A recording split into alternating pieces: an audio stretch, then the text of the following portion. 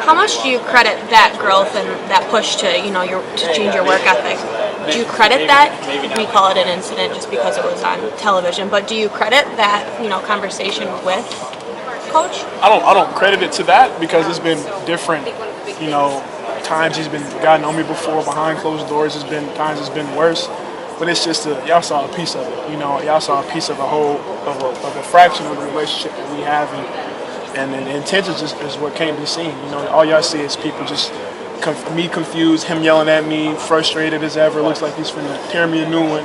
Everybody saw that, but nobody saw the conversations we have behind closed doors. Nobody saw the relationship that we have and the talks that we have that just not only make me a better basketball player, but a better person as well.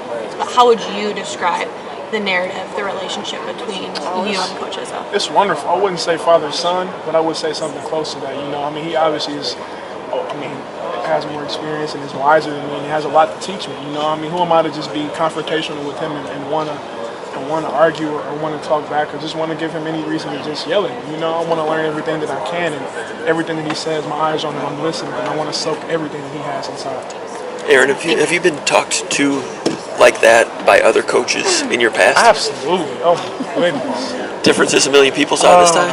Yeah, that's the only difference. High school, the AAU, where the doors were closed is where it gets worse. That's the worst part. I went through my high school coach and his boots and just stomping on the ground to my AAU coach, almost being like my uncle. He could get on me like he was my father, and it's just I always got those things, and I think that it kind of just prepared me for a moment like this, and I just almost knew how to react off of instincts and just know what he was doing and how he was doing it. It wasn't like he was going at me like I said before, but it was almost as he was helping me because I wasn't getting it through my head that I wasn't playing harder throughout the incident, whatever I was doing wrong, but he just was trying to give me an understanding. I can't be mad at him for that. And did Izzo also know that you were prepared for that because of that background? I don't know if he knew I was prepared for it, but I guess he saw I was prepared for it. I'm not going to knock down any coaching or just not accept it. I'm going to accept everything that he says because he doesn't want anything but me for the best. Okay, a moment ago you said out of that to play hard every minute, or was it kind of seeing what the stage is like and kind of the after effect of that you heard all the national people talking about you?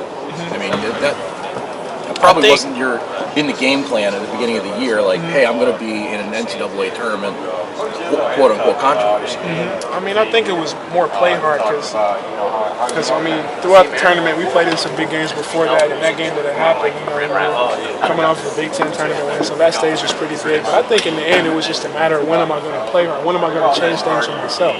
He can win things for my dad, can win things for me, but when am I going to win things for myself? And that's where I needed elevation, just learning how to play hard. I needed just to relearn how to play hard, so just adjust myself to the speed of the game and adjust myself for the betterment of the team. I was rather confused when everybody just brewed up and just made I don't want to say a bigger deal out of it, but in a sense it was that. I feel like in this world today, people have been coached and people they had parents but they got on them when they messed up.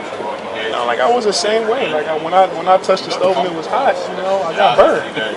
I'm not gonna keep playing with fire, and I'm eventually gonna learn to stop messing with fire. So I just gotta learn from that.